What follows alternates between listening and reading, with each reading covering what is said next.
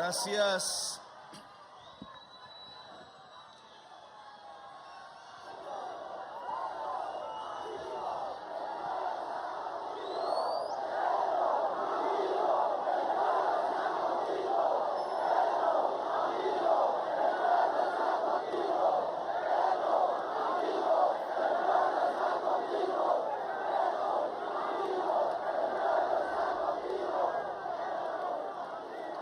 Le agradezco al pueblo trabajador su asistencia a este lugar que queremos consolidar como un punto de comunicación sincera entre el gobierno y el pueblo colombiano. Durante muchas marchas del 1 de mayo he estado allí con las pancartas, caminando, gritando a veces, una y otra vez. A veces me parecía que era un rito, un acto por cumplir, pero que había perdido en cierta forma la esencia misma de lo que significa el pueblo trabajador, sus luchas y lo que significa el que el pueblo trabajador esté al lado de las grandes transformaciones de Colombia. Este acto lo saqué de un ejemplo que nos dio el expresidente Alfonso López Pumarejo, al cual le decían compañero presidente, que siendo miembro de una de las élites más ricas del país, decidió una transformación social de las más profundas que se han intentado en Colombia, a nombre de su gobierno y del Partido Liberal de aquel entonces, que era un partido profundamente progresista y que quería desarrollar unas tareas democráticas que la República desde su fundación no había podido, no había querido desarrollar. La reforma agraria, una de ellas, la aparición del sindicalismo como una fuerza organizada de los trabajadores, otra de ellas, la posibilidad de un pacto democrático que modernizara el país allá en el año 36. Alfonso López Pumarejo salía a estos balcones, no exactamente aquí, a hablar con el pueblo en los 1 de mayo, y a trazar esa alianza entre un gobierno y la clase obrera como base de un cambio y una transformación de la misma y de toda la sociedad colombiana. Ese es un ejemplo que quedó en la historia. Lo hundieron en medio de la violencia. Hasta el mismo Alfonso López Pumarejo le intentaron dar un golpe de Estado en su segundo gobierno, paralizaron sus reformas a partir de la muerte, las masacres empezaron a sucederse, el terror sobre el pueblo campesino fue creciendo hasta que asesinaron a una de las personas que quería desarrollar eso que se llamó la Revolución en Marcha, Jorge Eliezer Gaitán. Y desde ahí apareció esta violencia que no termina, que ha matado a más de 1 millón de colombianos y colombianas, que ha sembrado las tierras no de surcos para cultivar alimentos, sino de tumbas, de fosas, que ha desplazado al pueblo campesino para agrandar estas ciudades sin que haya trabajo, condenado a la miseria de no poder cultivar, de sus hijos de no tener oportunidades, muchas veces de sus hijas que tienen que ser llevadas a los mercados de la prostitución. Un desastre social ha ocurrido en Colombia que quieren ocultar, mostrándonos como si fuéramos una de las mejores sociedades del mundo. Por allí aparecen quienes dicen que tenemos uno de los mejores sistemas de salud del mundo. Por allí dicen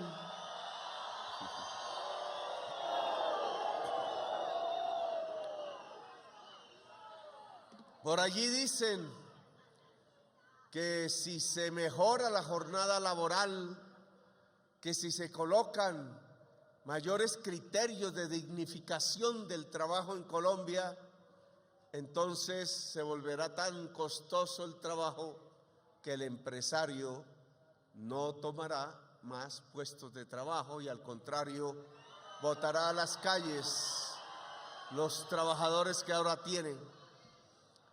Mentiras. Un empresario no puede tener ganancias si no hay trabajadores. Así de simple. Por una razón fundamental, las ganancias solo salen del trabajo. Esa es una ley económica en el capitalismo, estudiada desde hace siglos, aunque se intenta ocultar, aparece una y otra vez. No hay forma de conseguir ganancias que no sea a través del trabajo directo de los productores y las productoras de Colombia o de cualquier otro lugar del país. Por tanto, el pedir unos criterios de mayor dignificación del trabajo no son un absurdo. Tiene que ver con construir una sociedad más igualitaria, más justa. Y una sociedad más justa es más pacífica, más democrática, es más productiva y por tanto arroja más ganancias, como nos lo muestran los países más adelantados de la tierra.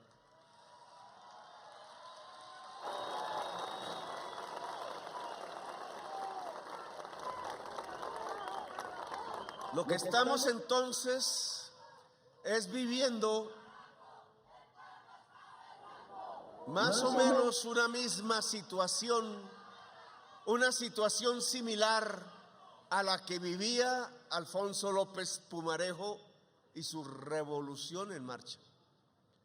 Si miráramos atrás diríamos que si ese gobierno liberal hubiera podido hacer las reformas y hubiera continuado ese proceso con algún sucesor, se llamase Gabriel Turbay o se llamase Jorge Eliezer Gaitán, Colombia no tendría la violencia que tiene hoy.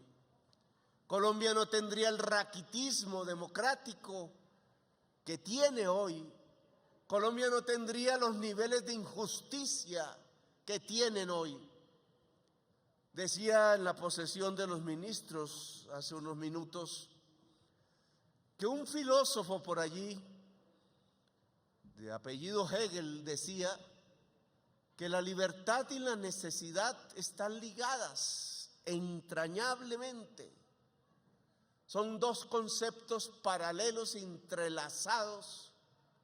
La libertad no es, como nos lo quieren mostrar ahora, el mundo en donde una poca gente que tiene con qué pueden comprar lo que quieran y unos empresarios, también muy pocos, que pueden producir lo que quieran y de la manera que quieran.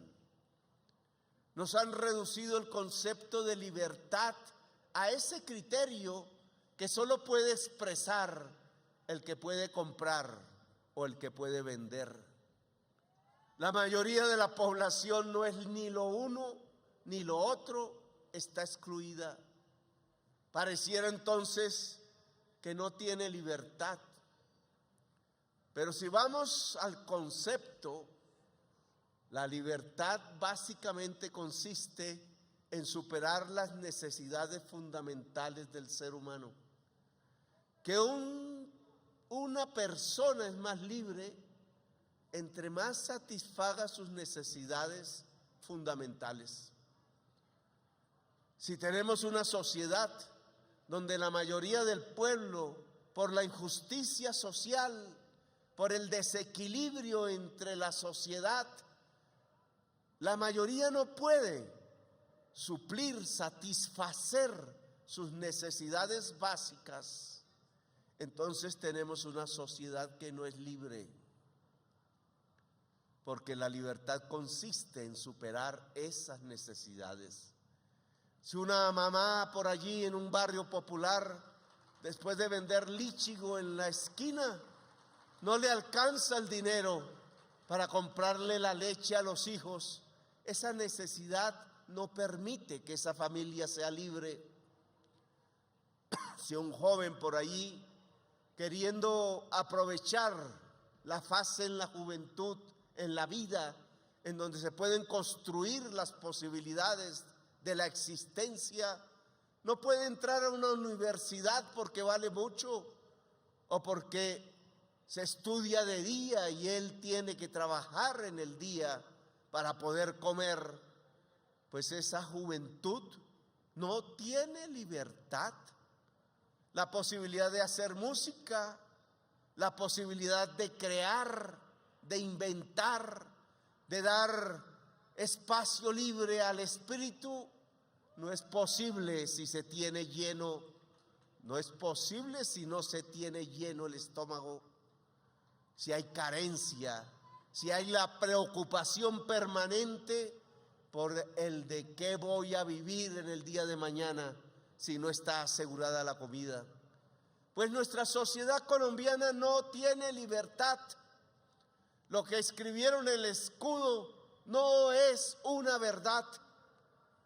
Los que crearon esta república, una juventud en aquel entonces de muchachos y muchachas dispuestos a hacerse matar porque este país fuese libre, acuñaron esa palabra libertad sin entender muy bien si la libertad consistía en liberarse del yugo español, de la corona, de destronar reyes y duques y príncipes, de acabar con privilegios que separaban unos seres humanos de otros, de acabar con un régimen productivo de esclavistas que condenaban al hombre negro, a su familia, a sus amores, a sus hijos, a sus nietos, a ser esclavos por perpetuidad. Entendieron que la libertad tenía que superar todas esas barreras y que esas barreras solo se podían superar transformando, cambiando leyes, cambiando un país. La palabra cambio no los asustaba. Iban al paredón, iban al cadalso cuando los aprisionaban. Se escapaban por allá a los llanos y a las montañas con alguna escopeta al hombro para poder sobrevivir, hasta que llegaron los grandes transformadores y fueron capaces de vencer. La única manera de vencer en aquel entonces era que el ejército libertador fuese más poderoso que el ejército del yugo. Y no podía hacerse si a ese ejército no entraban los indígenas, los negros, los pobres, los sin camisa, el trabajador.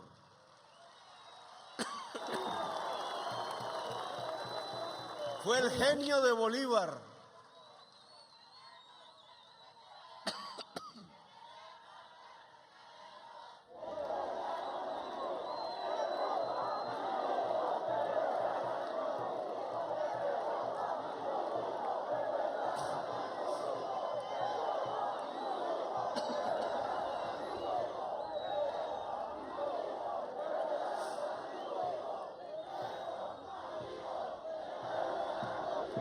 Fue el genio de Bolívar el que descubrió esa norma muy prematuramente. Él también liberal, idealizador de las ideas de Bentham. No sabía de socialismos, no sabía más que de revoluciones como la que se había hecho en Francia, en donde se le quitaban las cabezas a los reyes. Pero entendió que su ejército no podría lograr ese objetivo si no entraba el hombre y la mujer trabajadora. Y allí se estableció una alianza que hoy no se quiere recordar, la alianza entre ejército y pueblo. El pueblo desconfiaba de las élites criollas, bien educadas en Europa, bien comidas, bien alimentadas, que solo querían sacar a sus padres españoles para quedarse con los privilegios de ellos. El pueblo lo que quería era luchar por sus derechos. Los negros entraban con la promesa de ser libres y los campesinos entraban con la promesa de tener tierra y los indígenas entraban con la promesa de resguardar su cultura. Y así se hizo poderoso el Ejército Libertador y así ganó. Y así permaneció durante medio siglo en nuestra patria, siendo el principal eje organizado del pueblo armado. Por eso le tenían tanto pavor y odio las élites que no querían gobernar con el pueblo. Por eso echaron a Bolívar, que triste murió en Santa Marta. Por eso empezaron a destruir conquista tras conquista de la República. Por eso murió triste Bolívar. Y solo un indígena, que a la postre era un teniente del Ejército Libertador, José María Melo, se atrevió a luchar por las ideas de Bolívar después de muerto. Fue a luchar a Venezuela, fue a reconstruir la Gran Colombia. Vino aquí y se convirtió en general, un general indígena, el último oficial del Ejército Libertador. Y aquí en Bogotá, el pueblo obrero artesano de aquella época, temeroso de que trajeran importados los paños finos de Inglaterra, que los comerciantes poderosos querían traer para que no nos vistiéramos con los paños hechos en Colombia, se decidieron levantar en una insurrección. Las sociedades democráticas del pueblo trabajador hicieron barricadas, se tomaron la ciudad y eligieron como presidente a un indígena, al general José María Melo, que resistió aquí 8 meses de batallas, cuando el ejército de los conservadores vino a tomarse la ciudad para defender la esclavitud. Ese pasaje de la historia de Colombia es muy importante porque nos puede enseñar lo que estamos viviendo en este presente. A José María Melo lo derrotaron los ejércitos de los esclavistas del Cauca y de Antioquia.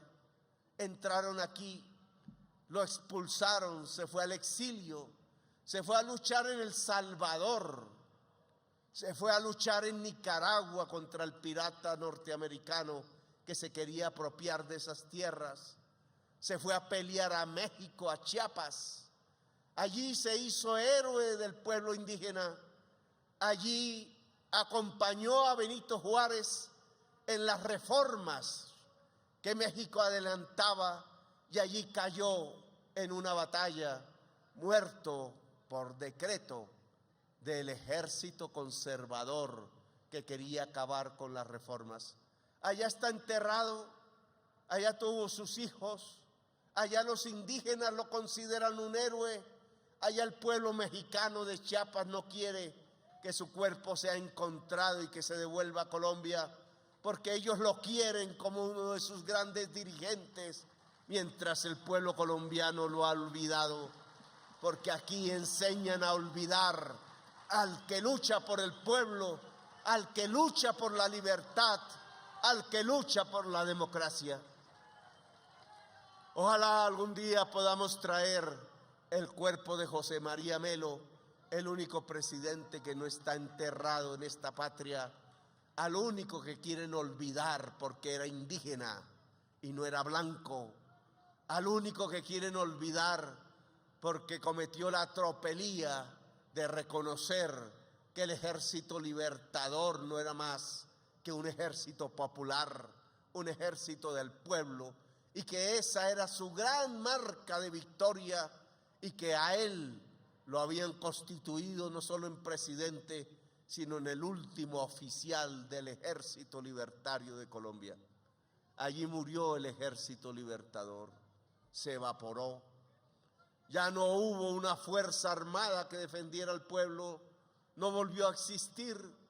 A duras penas se decretó la libertad de esclavos por José Hilario López, pero esa libertad de esclavos que fue tramitada como una ley en el Congreso de la República iba bañada de una serie de tropelías, como por ejemplo el que el Congreso tenía que reconocer en la ley que el esclavo era propiedad privada del esclavista y que para libertarlo entonces, que se consideraba como una expropiación, había que indemnizar a los dueños de los esclavos con dineros públicos. Así comenzó una era que creíamos era de libertad. Allí están las marcas de lo que está pasando hoy. Aquí se cree que una reforma social libertaria hay que detenerla porque implica extradición, porque implica expropiación, que hay que indemnizar porque se considera que los seres humanos son propiedad privada de otros. Tamaño despropósito quedó grabada en las mentes de las élites que desde entonces gobernaron a Colombia hasta el presente, hasta que el pueblo de nuevo triunfó.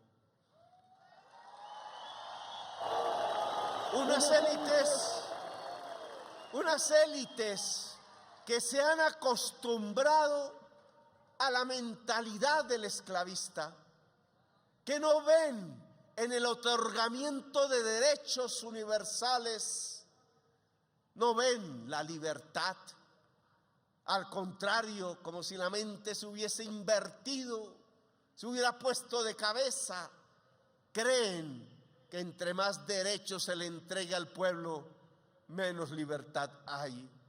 Ya no creen sino en una libertad recortada que no es más que la de aquellos que puedan comprar lo que quieran y aquellos que puedan vender lo que se les dé la gana. Y las mayorías fueron quedando aisladas, excluidas. Y pasaron las décadas y vino la violencia y a las mayorías las acobardaron, las silenciaron a punta de matar la gente, a punta de aterrorizarla, a punta de enterrarla en la fosa común o desplazarla de su tierra. Y el pueblo colombiano se fue quedando en silencio, fue perdiendo las olas de la historia, mientras América Latina empezaba a gritar de nuevo libertad después de las dictaduras, después de la sangre, después del desaparecido. Colombia seguía en silencio, siguiendo el autoritarismo, la dictadura, siguiendo a aquellos que masacraban al pueblo. Hasta que despertamos, pareciera un triunfo impuesto quizás por una moda. Un pueblo que supo estallar en manifestaciones, que supo poner la problemática social en la mesa de la discusión, que supo, a pesar de 80 asesinatos, de pérdidas de ojo, de miles de jóvenes detenidos, supo colocar en el centro de la discusión pública la reforma social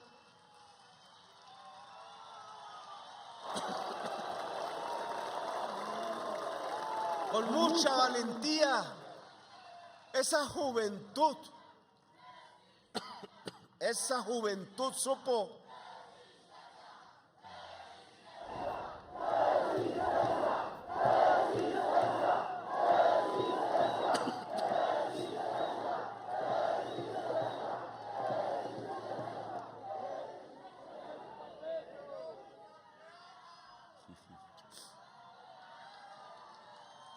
Esa juventud pobre no era la de las universidades, no tenían ni siquiera el privilegio de estudiar, pasaban todos los días deambulando por las calles, tratando de rebuscarse en combos, a veces perdidos, a veces sin ubicar lo que podría ser un destino, una misión.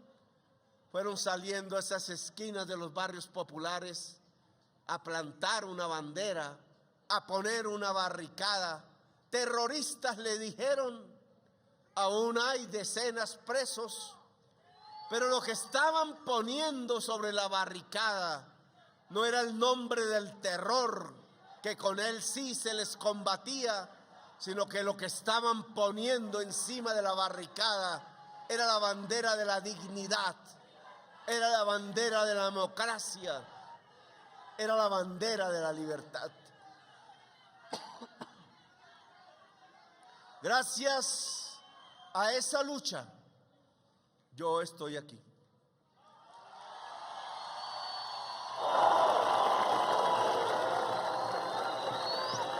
Si no hubiera sido por ellos, aquí, frente a una plaza desierta,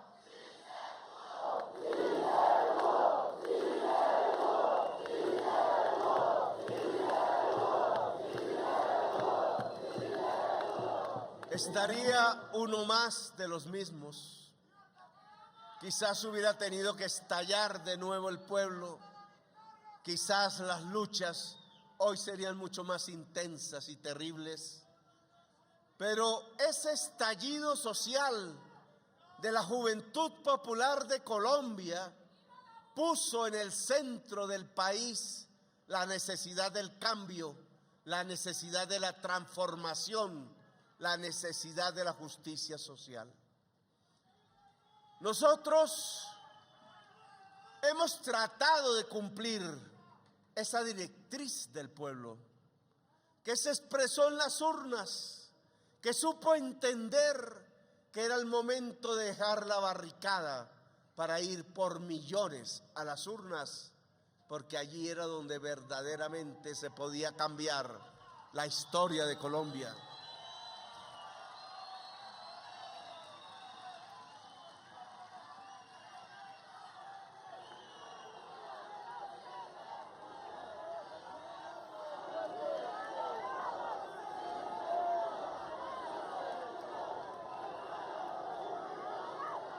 Y nos dejaron subir a este balcón.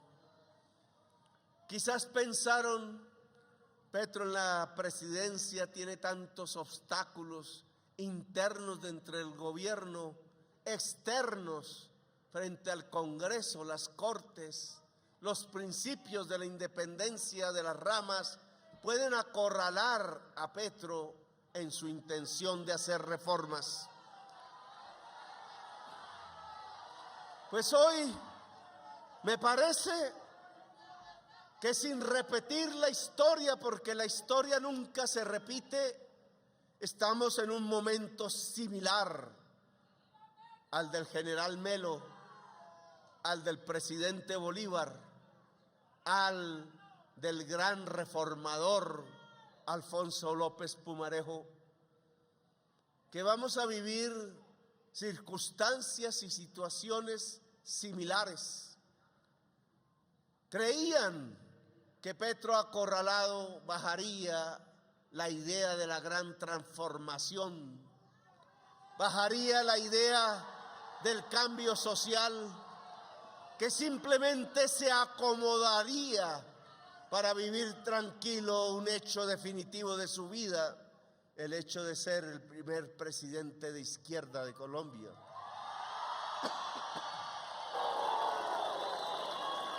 Y que no molestaría más, que se iría tranquilo a vivir de su pensión como si nada hubiera pasado, repitiendo de nuevo un gobierno más de los mismos. Y me parece que ese no es nuestro destino, que para eso no estamos aquí. que nuestra función en la historia de Colombia es otra. Es el de lograr triunfar en las reformas.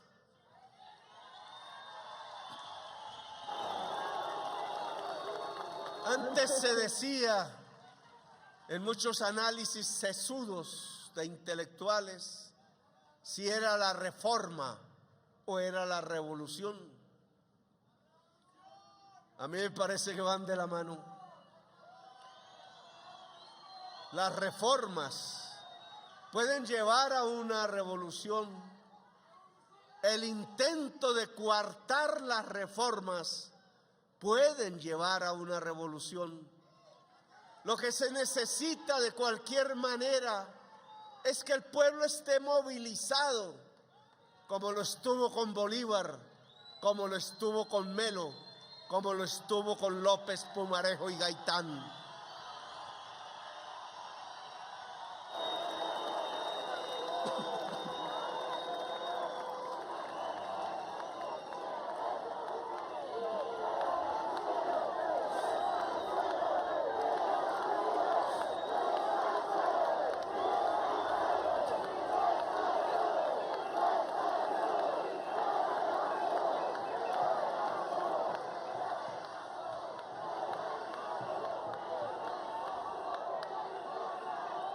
El pueblo no puede dormirse.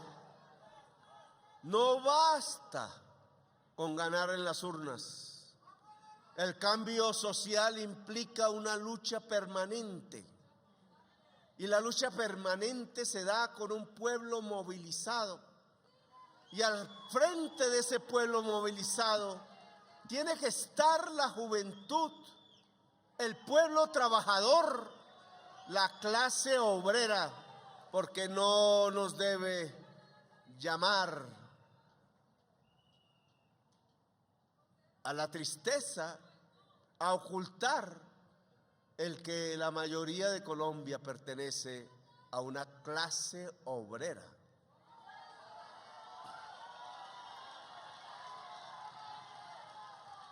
Yo me pregunto si ha llegado la hora que el pueblo trabajador tome decisiones, ya no simplemente proteste, como hacíamos antaño en todas las marchas del 1 de mayo, sino que se decida gobernar. Un gobierno que tiene que ser obviamente de mayorías, un gobierno que tiene que ser de un pueblo movilizado. Se han presentado reformas sociales al Congreso de la República. Las que creemos fundamentales no son todas. La reforma agraria para entregarle tierra al campesinado.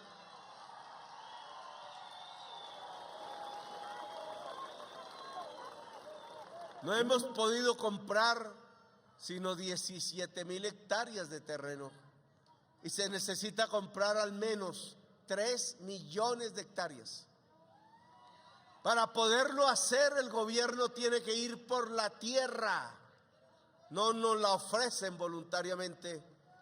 No nos la ofrece un sector de privilegiados que desde los tiempos del feudalismo y del esclavismo concentra la posesión de la tierra fértil, sin dejar producir una mata de yuca sobre ella, que comete un crimen contra la humanidad, porque en tiempos de hambre, en tiempos de crisis climática, tener tierra fértil sin producir es un crimen contra la humanidad.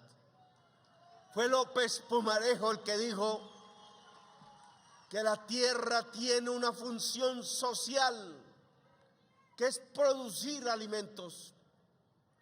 Lo escribió en la Constitución de Colombia en 1936. Esa frase sigue escrita en nuestra Constitución. La tierra tiene una función social y una función ambiental. Y entonces no es posible simplemente tenerla sin cumplir con esa función. La función social de la tierra es producir los alimentos para el ser humano, para el pueblo de Colombia. La función ambiental de la tierra es preservar el equilibrio entre el ser humano y la naturaleza, sin el cual el ser humano desaparece definitivamente de la existencia en el planeta. Ese tiene que ser un objetivo que el Congreso de Colombia, a pesar de las presiones de los grupos más poderosos y privilegiados de Colombia, tiene que resistir para poder apoyar, votar, determinar las grandes leyes de la reforma social de este país. Pero no lo hará el Congreso solo si se queda aislado en sus fuerzas progresistas. Tiene que haber un pueblo campesino, trabajador, él como el que más, que sepa unirse, que sepa vencer los miedos, que sepa organizarse y salir a carretera, a la plaza pública, a decir: aquí existe un campesinado de 11 millones de personas que quiere su derecho que la Constitución les creó, el derecho a la propiedad de la tierra. Ese movimiento campesino que ocultaron a partir de la sangre y el terror debe reaparecer para que sea un actor fundamental de las transformaciones de Colombia. La tierra es para el que la trabaja. La tierra tiene una función social. La tierra tiene una función ambiental. La tierra no es para un grupo de herederos de los feudales y de los esclavistas que la tienen por tenerla como si fuera un símbolo del poder, que la defienden matando al humilde, contratando ejércitos privados y que no cumplen la función social de ponerla a trabajar para que se cultiven los alimentos que un pueblo hambriento hoy necesita a como dé lugar. Allí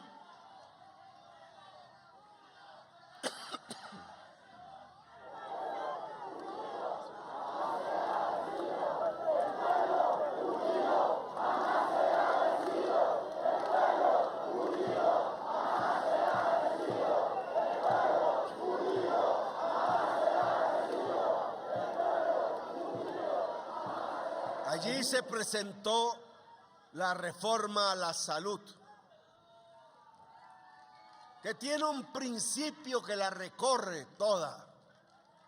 Los dineros públicos no deben ser administrados por grupos poderosos privados que para poder amasar más ganancias, entonces quiebran el hospital público porque llevan sus pacientes a los hospitales que son propiedad de ellos, que demoran, dilatan las atenciones médicas porque con eso disminuyen costos y aumentan las ganancias, porque al letargar las intervenciones médicas, millones de colombianos han muerto desde que se expidió la Ley 100, pudiendo ser salvados.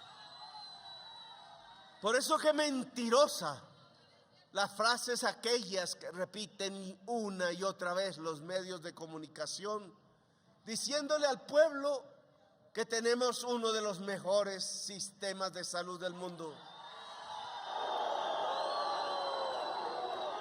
¡Qué gran mentira! ¡Qué manera de engañar!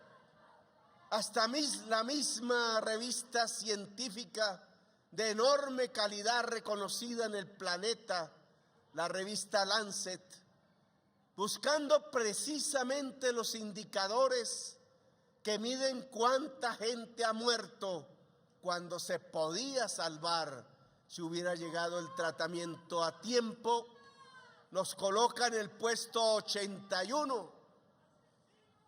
A pesar del bloqueo a Cuba, Cuba está en una mejor posición porque la coloca en el puesto 55 y a los norteamericanos, que deberían estar en los primeros lugares, los coloca en el puesto 29, demostrando que por mucho dinero que se invierta en negocios privados, el derecho a la salud no se consigue con eficacia.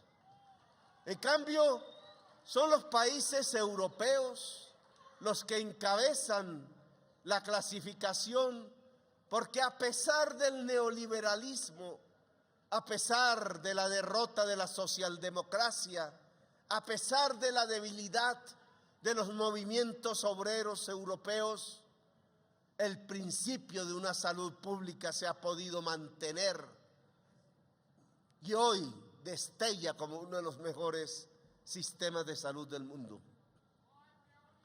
Nosotros queremos que no solo ese eje transformador en la salud, de que sea el público el que controle los dineros públicos, sino que se cree un sistema de atención primaria, preventiva, que permita que no aparezca la enfermedad en muchas personas de Colombia, porque pueden ser evitables, que permita que todos y todas las colombianas en cualquier lugar de nuestro país puedan tener acceso al derecho a la salud, no simplemente a un carnet que termina no sirviendo, que permita entonces que el control público, la atención primaria y preventiva logren construir un sistema de salud que garantice el derecho universal y no simplemente los negocios particulares de unos cuantos colombianos que se han enriquecido con el dinero del público, con el dinero de todos y de todas, con la caja común de los colombianos, porque ellos no han puesto un peso de sus propios patrimonios, porque ellos no arriesgan nada de sus propias riquezas, porque todo se paga a través del Estado. Muchos colombianos no lo creen, pero sus tratamientos que han sido exitosos los ha pagado el mismo pueblo trabajador de Colombia, no los dueños de las EPS. Esa reforma aún sobrevive, estuvo a punto de ser derrotada, nos salvó un voto. Los liberales de la comisión, excepto una antioqueña, la congresista Lopera, después de que se habían comprometido a luchar conjuntamente por las reformas sociales de Colombia, después que incluso nos habían ayudado a conseguir las poblaciones que llegaran a las urnas para la gran victoria popular, se echaron para atrás, solo porque los dueños de los bancos, los dueños del capital, presionaron a uno de sus mayores voceros, el expresidente Gaviria, para tratar de oponer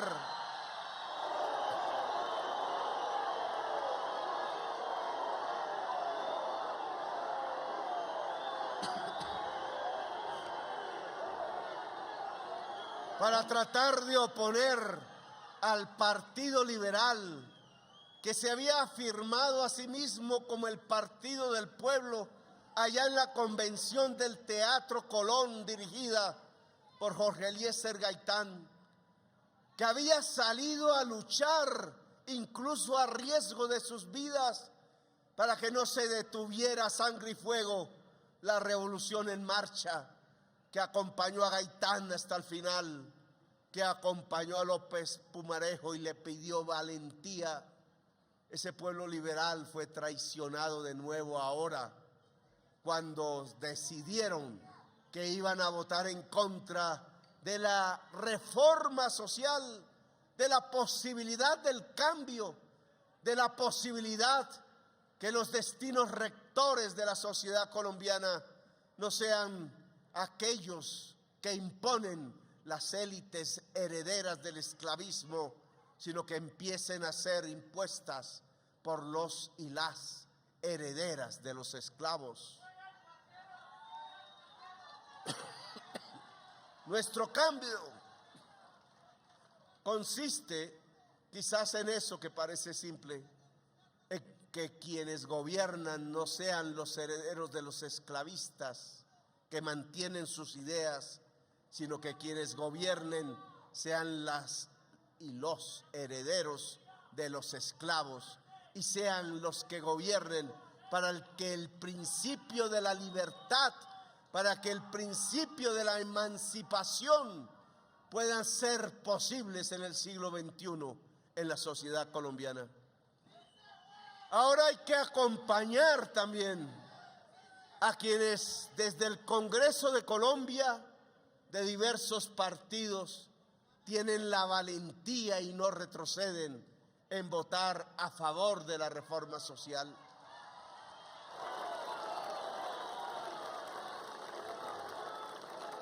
Pero nos faltan las enfermeras, que son decenas de miles en Colombia.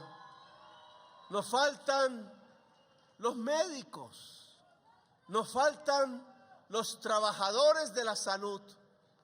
Si es que es por ellos en primer lugar que se hace la reforma a la salud, es para que no sean contratados a 3 meses y echados muchas veces como perros. Es que se les reconozca que quien sostiene la salud del pueblo colombiano no son los dueños de las EPS, sino es ese trabajador humilde que lleva la camilla, es esa enfermera que se trasnocha tratando de que su paciente no muera, es ese médico que estudia y se desvela para poder llevar lo mejor de la ciencia a la población colombiana. Para ellos es la reforma a la salud, lo mismo que para el pueblo del Chocó, del Cauca o de Arauca o de La Guajira, el pueblo de los barrios populares de estas grandes ciudades, a la gente a la cual se le niega el servicio porque no tiene plata. La atención va para la medicina prepagada, la atención va para los planes complementarios, pero nunca va realmente para quien no tiene más recursos que pagar su cotización o estar en el Sisbén o estar en los planes subsidiados de salud en Colombia. Y presentamos la reforma a las pensiones.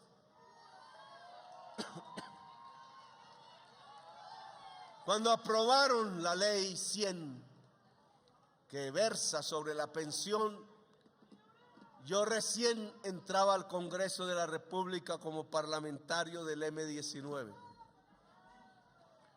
Toda la bancada votó en contra de la ley 100.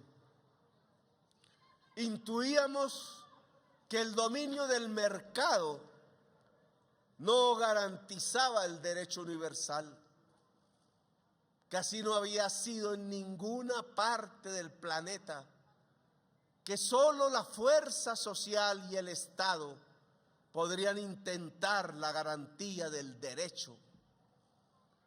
Derecho a la pensión, derecho al que al cumplir los requisitos una persona, un hombre, una mujer puedan acceder a una pensión de por vida, puedan vivir sus últimos años en el descanso, en la reparación del espíritu, puedan vivir con alguna tranquilidad en una familia que va progresando en su calidad de vida. Y resulta que no, 30 y pico años después de aprobada la ley 100, con la promesa que nos hicieron el señor senador Álvaro Uribe Vélez en ese momento,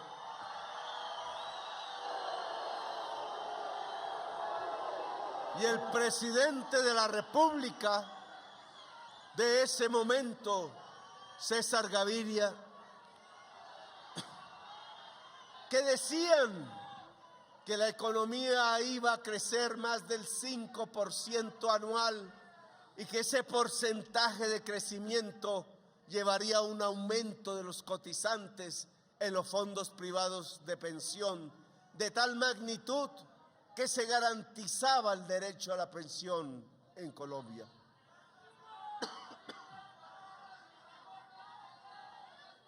Pasaron 30 años y nunca ocurrió.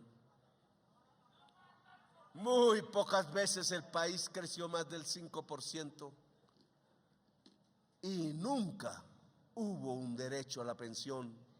Al contrario, el 80% de las personas que cotizan en los fondos privados de pensiones jamás tendrán una pensión, porque no tienen las semanas suficientes, porque los despiden una y otra vez, porque solo los contratan a través de la prestación de servicios en contratos civiles sin derechos laborales, y porque su nivel de salario es tan pequeño que no logran ahorrar lo suficiente para garantizar en sus cuentas los números para que sea posible el pago de la pensión por parte del banquero. Los dineros se los devuelven en cómodas cuotas mensuales, pero no existe el derecho. Se demostró 30 y pico años después que la libertad del mercado, en donde están los derechos de la gente, no garantiza los derechos de la gente, solo garantiza negocios. Hoy puedo tener la seguridad, miren esta paradoja, que si no se aprueba la ley de reforma a la salud y si no se aprueba la ley de reforma a las pensiones, las EPS se acaban y los fondos privados de pensiones también. Y no porque el presidente quiera, sino porque lo que estamos diciendo alrededor de un modelo ideológico ha llegado a su final en todo el mundo, y mantenerlo solo trae catástrofe y derrota. Si yo dejo que la ley siga, si el Congreso de la República no apoya las reformas, las EPS morirán como en un dominó, saliendo definitivamente del mercado, como un dominó que se cae ficha tras ficha. Eran 110, no quedan sino 6 vivas. Estamos sosteniendo a la mayoría de las actuales artificialmente, tratando de darle un tiempo de reflexión al Congreso de la República. Pero si no hay ley, esas EPS quebrarán y sus afiliados irán a las que sobrevivan, y ese número de afiliados, que son ya 7 millones, hará que se derrumben las que quedan. El mundo de las EPS no tiene ya sentido. Lo que estamos proponiendo es una reforma a la salud ordenada, un cambio de funciones, una priorización diferente. Si ese cambio ordenado no es posible por la codicia del corto plazo, entonces habrá un cambio desordenado, y es la quiebra permanente y continua del sistema de EPS en Colombia. Y así sucederá con los fondos privados de pensiones.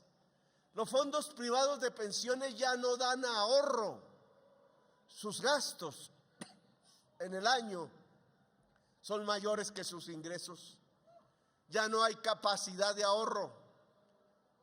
Por tanto, el negocio dejó de existir. Las utilidades y comisiones de los fondos van hacia abajo. Millones de personas se han pasado de los fondos privados de pensiones a Colpensiones. Y ese traspaso de millones de personas en la última década, no en mi gobierno, va mostrando el punto final de ese régimen. El mercado tampoco pudo garantizar el derecho a la pensión en Colombia. no es sino que no se apruebe el proyecto de ley y verán cómo en el corto plazo los fondos de pensiones quiebran, pero en una circunstancia tan desordenada que van a poner en peligro las pocas posibilidades de pensión del pueblo trabajador de Colombia. Lo que hemos propuesto garantiza la pensión. Queremos que el pueblo trabajador, a veces tan joven que cree que nunca va a llegar el momento de hablar de la pensión, a veces por eso cree que es un asunto de los viejos y es un asunto de la juventud.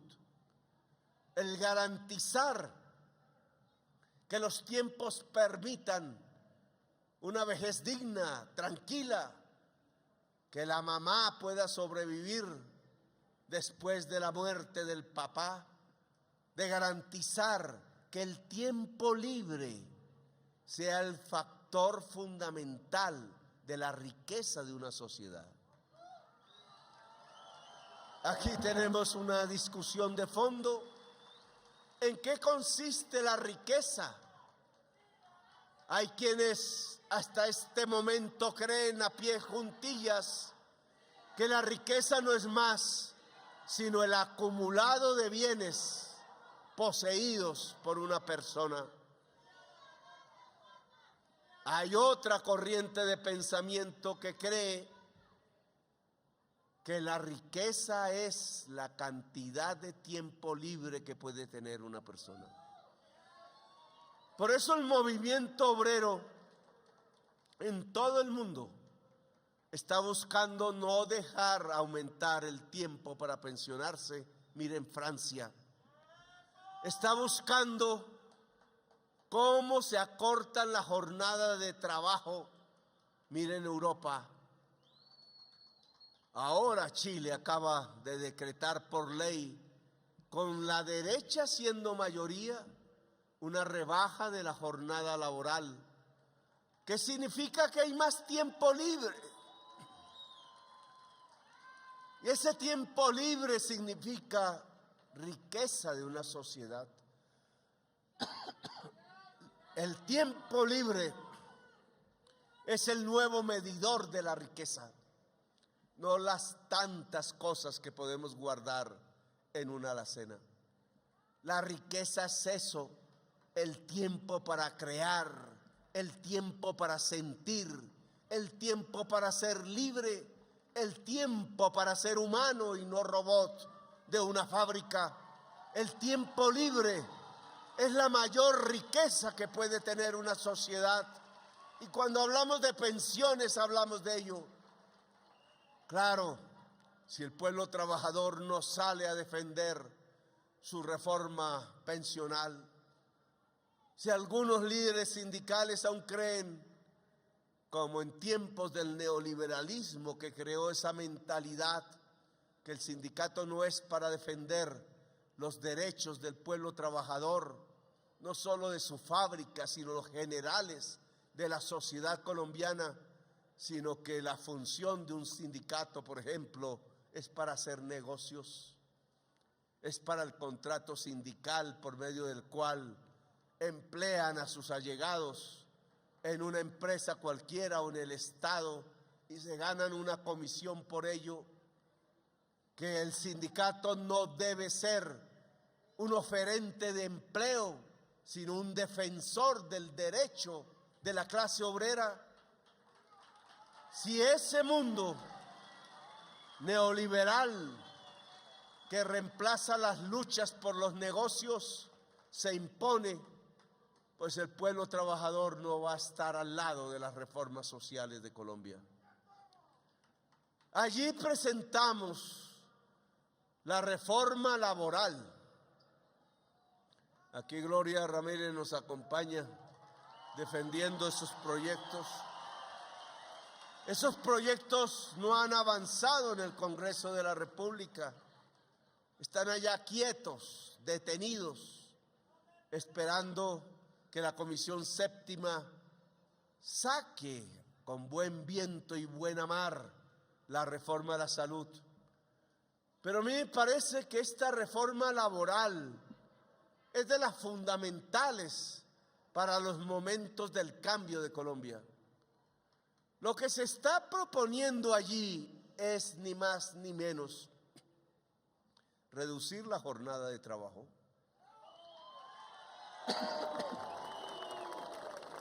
Una lucha que dio origen a este día, una lucha de obreros norteamericanos, las mayorías inmigrantes en esa época de Irlanda, de Italia, obreros que se levantaron allá en los Estados Unidos y que fueron asesinados porque no querían ver que el pueblo trabajador levantara la bandera de la dignidad. Eso que fundó este día era una lucha por la jornada laboral de 8 horas. Había ocurrido luchas anteriores, por ejemplo, la de reducir la jornada a 10 horas en Inglaterra, que levantó la mayor insurrección obrera del país cuna del capitalismo, cuyos efectos aún se recuerdan y se hacen como luchas obreras del presente. Esas luchas iban todas por ganar más tiempo libre. Desde ahí, desde hace más de un siglo, el movimiento obrero no ha dejado de luchar. Unas veces muy fuerte, otras más débil, unas veces en ofensiva, otras en defensiva. Pero esto que se ha planteado en la reforma laboral, que es reducir la jornada laboral, haciendo que la jornada extra pague más salario, por ese camino, por recuperar las bonificaciones de las horas extras, por recuperar la estabilidad laboral, por encarecer que un trabajador sea despedido sin justa causa, por lograr reemplazar los contratos basura, que llaman contratos de prestación de servicios, por contratos laborales, de lograr que el sindicalismo vuelva a coger la fuerza en función del derecho del pueblo trabajador. Esa reforma está presentada en el Congreso, tiene sus ponentes, necesita de la movilización del pueblo trabajador de Colombia. En la historia no ha existido una sola reforma a favor del pueblo trabajador que no sea el fruto de la lucha misma del pueblo trabajador en las calles. En este momento no podemos retroceder, dejar perder el impulso de los millones de colombianos y colombianas que fueron a las urnas a cambiar a Colombia y que hoy, por falta de movilización, quizás por falta de conciencia, dejemos solas las grandes reformas del cambio para que sean tramitadas por quienes siempre se han opuesto a ellas. Sería una pérdida de tiempo histórico terrible, desastroso. Yo espero de este pueblo trabajador lucha. Este gobierno lucha hasta donde el pueblo permita. No iremos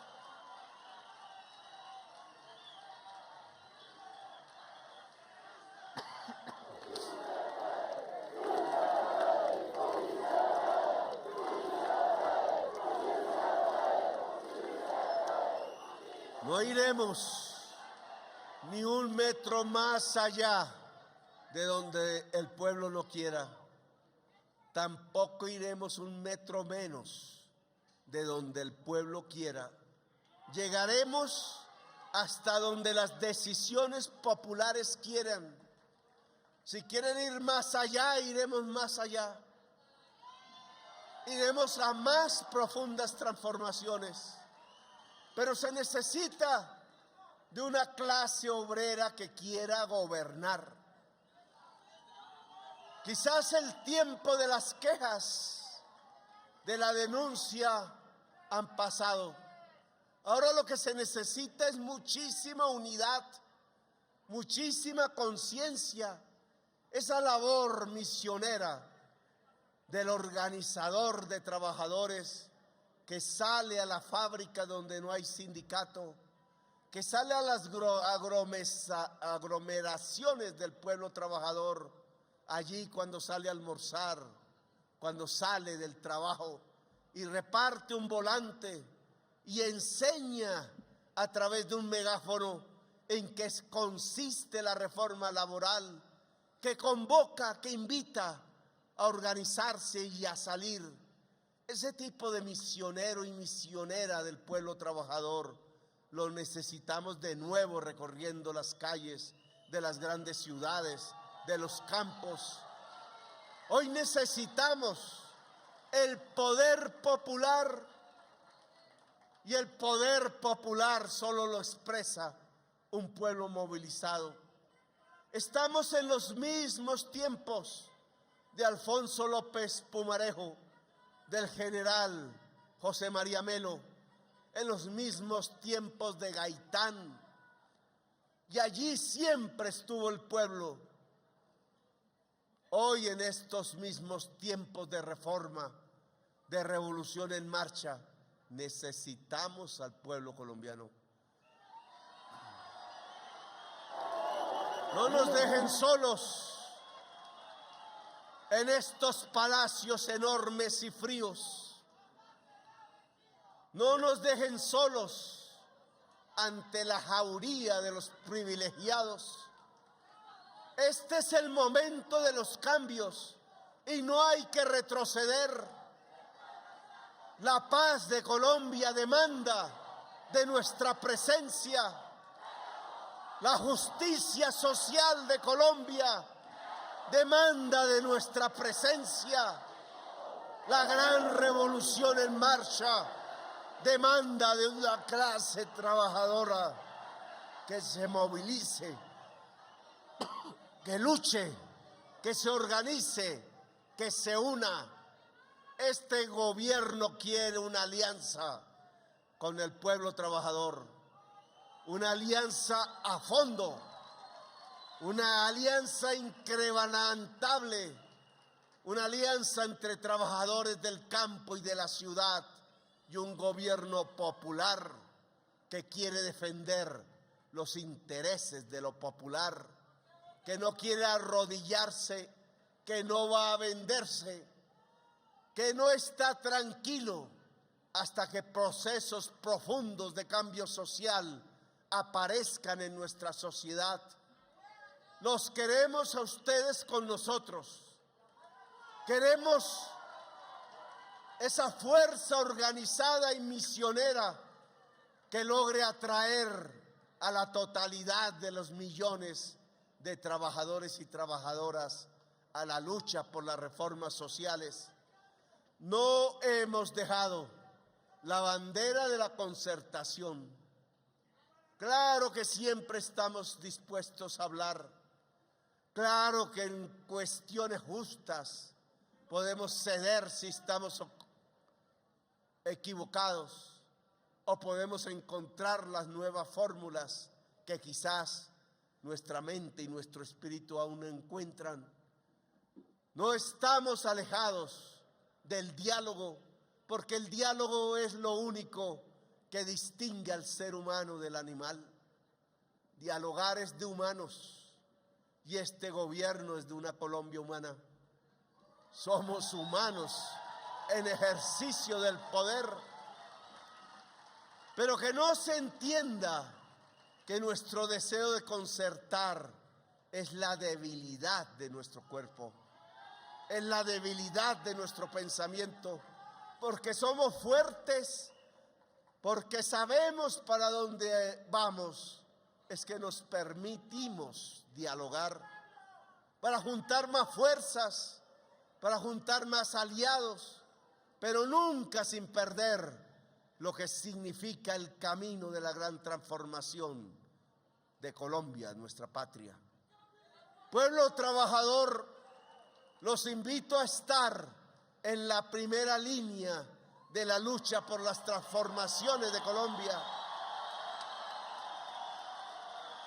Los invito a estar en la vanguardia del progresismo de este país. Los invito a estar en la vanguardia de la historia de Colombia. Bienvenidos sean, ni un paso atrás, siempre adelante.